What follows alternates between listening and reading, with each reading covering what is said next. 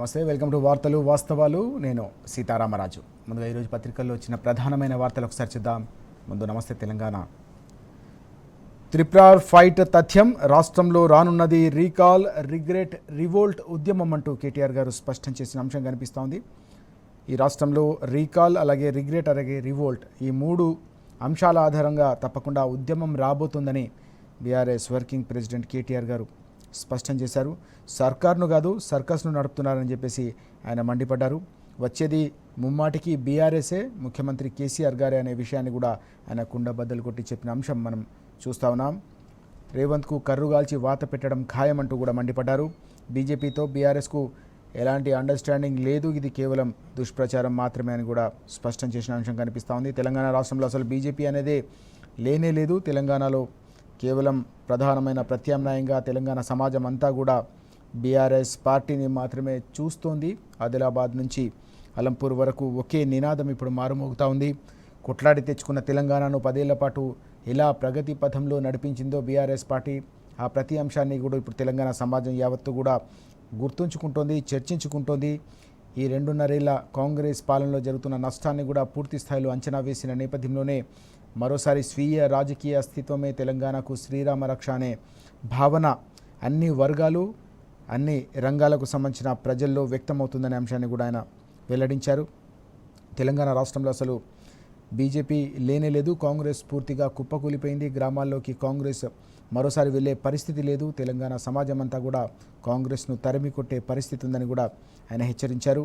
హైడ్రా అనేది సర్కారు విధ్వంసకర ఆలోచన అని కూడా మండిపడ్డ అంశం కూడా కనిపిస్తూ ఉంది. వాస్తవానికి విధానాల రూపకల్పన అనేది ప్రగతిశీలంగా ఉండాలి, కానీ విధ్వంసమే ఒక విధానంగా అమలు చేసిన ఈ అంశం ఏదైతే ఉందో ఇది తప్పకుండా తెలంగాణ ప్రజలు తీవ్ర స్థాయిలో దీన్ని వ్యతిరేకిస్తూ ఉన్నారు. సర్కారు విధ్వంసకర ఆలోచన తప్పకుండా దానికి గుణపాఠం తప్పదని కూడా హెచ్చరించిన అంశం కనిపిస్తూ ఉంది. కాంగ్రెస్ నేతలకు అదొక బ్లాక్మెయిల్ టూల్లా మారిందని కూడా ఆయన మండిపడ్డారు. కేవలం బ్లాక్మెయిల్ చేయడం ద్వారా బిల్డర్లను, అలాగే రియల్ ఎస్టేట్ వ్యాపారాలను బెదిరించడానికి తప్ప తెలంగాణ సమాజానికి, హైదరాబాద్ ప్రజలకు దీనివల్ల ఒరిగిందేమీ లేదంటూ ఆయన దీన్ని వెల్లడించిన అంశం కూడా కనిపిస్తూ ఉంది. కేటీఆర్ గారు ఇచ్చిన ఒక ఇంటర్వ్యూలో కీలకమైన అంశాలు ఇవి. ఈ అంశానికి సంబంధించిన వివరాలన్నీ కూడా మనం చూస్తూ ఉన్నాం. దీంతో పాటుగా రోడ్డు పక్కన టీజీపీఎస్సీకి సంబంధించిన ఓఎంఆర్ షీట్లు పడిపోవడం అనేది పెద్ద ఎత్తున కలకలం రేకింది. పీవీఆర్ ఎక్స్ప్రెస్ వే వద్ద ఇవి ప్రత్యక్షమయ్యాయి. హాస్టల్ వార్డెన్ పరీక్ష జవాబు పత్రాలుగా వీటిని గుర్తించారు. దీనిపై విచారణకు టీజీపీఎస్సీ ఆదేశం జారీ చేసిన పరిస్థితి కనిపిస్తోంది. కీలకమైన ఈ జవాబు పత్రాలు కావచ్చు, ఓఎంఆర్ షీట్లకు సంబంధించిన వ్యవహారం కావచ్చు, ఇవి ఏ రకంగా రోడ్డు పాలయ్యాయి అనేది ప్రస్తుతం వివాదంగా మారుతున్న పరిస్థితి. ఇక పరీక్షల్లో సంస్కరణల కోసం టాస్క్ ఫోర్స్ను ఏర్పాటు చేసింది కేంద్ర ప్రభుత్వం. నందన్ నీలేకాని గారిని దీనికి నేతృత్వం వహించాలని చెప్పారు. ఇన్ఫోసిస్ సాహస వ్యవస్థాపకులు ఆయన. పేపర్ల లీకేజీని నిరోధించేందుకు నేడు పార్లమెంట్లో ప్రత్యేక బిల్లును కూడా కేంద్ర ప్రభుత్వం ప్రవేశపెడుతోంది. కాక్రోచ్ జనతా పార్టీ ఉద్యమం, అలాగే యువత ఉద్యమంతో ఏ రకంగా కేంద్ర ప్రభుత్వం చివరికి కేంద్ర విద్యాశాఖ మంత్రి రాజీనామా చేసే పరిస్థితి తలెత్తిందో మనం చూసాం. ధర్మేంద్ర ప్రధాన్ రాజీనామా వరకు కూడా యువత కదమెత్తొక్కిన సందర్భం. జెన్జీలంతా కూడా పట్టుబట్టి జరిగిన అన్యాయం పైన, యువతకు అన్నిటికంటే ముఖ్యంగా నీట్ విద్యార్థులకు జరిగిన అన్యాయం పైన దేశవ్యాప్తంగా గలమెత్తడమే కాదు, సంఘటితంగా పోరాటం చేసి కేంద్ర ప్రభుత్వాన్ని ఏకంగా మంత్రి రాజీనామా చేసే పరిస్థితి కల్పించారు. ఈ క్రమంలోనే రానున్న రోజుల్లో ఇలాంటి పరీక్ష పేపర్లకు సంబంధించిన లీకేజీలు లేకుండా ఎలాంటి పటిష్టమైన వ్యవస్థను ఏర్పాటు చేయాలో దానిపై అధ్యయనం చేసేందుకు, అలాగే సంస్కరణలను తీసుకొచ్చేందుకు టాస్క్ ఫోర్స్ ఏర్పాటు చేయడం అనేది ఇప్పుడు కీలకంగా మారుతున్న సందర్భాన్ని మనం చూస్తూ ఉన్నాం. ఇక మరొక కీలకమైన వార్త, అలాగే బాధాకరమైన అంశం కూడా మనం చూస్తున్నాం. పెద్ది సుదర్శన్ రెడ్డి గారికి తీవ్ర అస్వస్థత ఏర్పడిన సందర్భం కనిపించింది. నిన్న తీవ్రమైన గుండెపోటుతో ఆయన అపస్మారక స్థితికి వెళ్ళారు. ప్రజానాయకునిగా ఆయనకు ప్రత్యేకమైన గుర్తింపు ఉద్యమం నుంచి కూడా ఉన్న సందర్భాన్ని మనం చూసాం. ఈ క్రమంలో హుటాహుటిన ఆయనను వెంటనే హన్మకొండకు, ఆ తర్వాత హైదరాబాద్కు తరలించారు.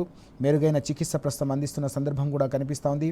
ఈ సమాచారం అందుకోగానే ఆయనకు అస్వస్థత తీవ్ర స్థాయిలో ఉంది, గుండెపోటు వచ్చిందని తెలుసుకున్న వెంటనే బీఆర్ఎస్ వర్కింగ్ ప్రెసిడెంట్ కేటీఆర్ గారితో పాటు హరీష్ రావు గారు కూడా వరంగల్కు తరలి వెళ్ళారు. అక్కడ పూర్తి స్థాయిలో ఆయనకు మెరుగైన చికిత్స అందించేందుకు అన్ని రకాల చర్యలు తీసుకున్నారు. దాని తర్వాత ఆయనకు క్రిటికల్గా ఉన్న నేపథ్యంలోనే హైదరాబాద్కు యశోద ఆసుపత్రికి, సికింద్రాబాద్లోని యశోద ఆసుపత్రికి తరలించి ఎప్పటికప్పుడు ఆయన ఆరోగ్య పరిస్థితిని సమీక్షిస్తున్న సందర్భాన్ని మనం చూసాం. అలాగే బీఆర్ఎస్ అధినేత తెలంగాణ తొలి ముఖ్యమంత్రి కేసీఆర్ గారు కూడా పెద్ది సుదర్శన్ రెడ్డి ఆరోగ్య పరిస్థితిపై ఆరా తీశారు. పెద్ది సుదర్శన్ రెడ్డి గారు అంటే కేసీఆర్ గారు కూడా ప్రత్యేకమైన అభిమానం, అలాగే ఉద్యమ బిడ్డగా ఆయన ముందు నుంచి కూడా సుదర్శన్ రెడ్డి గారిని అభిమానిస్తూ ఉంటారు. ఈ క్రమంలోనే అత్యుత్తమమైన చికిత్స అందించాలి, తప్పకుండా పెద్ది సుదర్శన్ రెడ్డి గారిని పూర్తి స్థాయిలో కాపాడుకోవాలి మనం అని చెప్పేసి ఆయన పార్టీ శ్రేణులకు, పార్టీ వర్కింగ్ ప్రెసిడెంట్ కేటీఆర్ గారితో పాటుగా ఇతర నేతలందరికీ కూడా దిశానిర్దేశం చేశారు.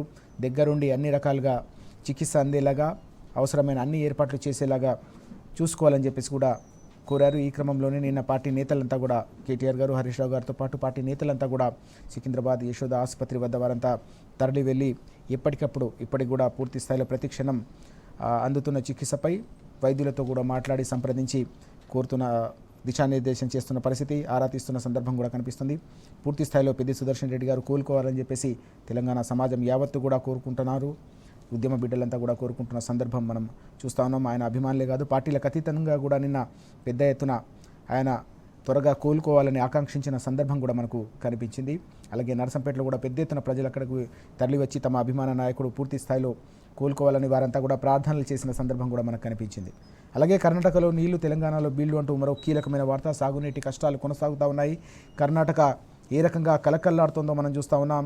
తెలంగాణ మాత్రం వెలవెలబోతున్న సందర్భం కూడా మనకు కనిపిస్తూ ఉంది.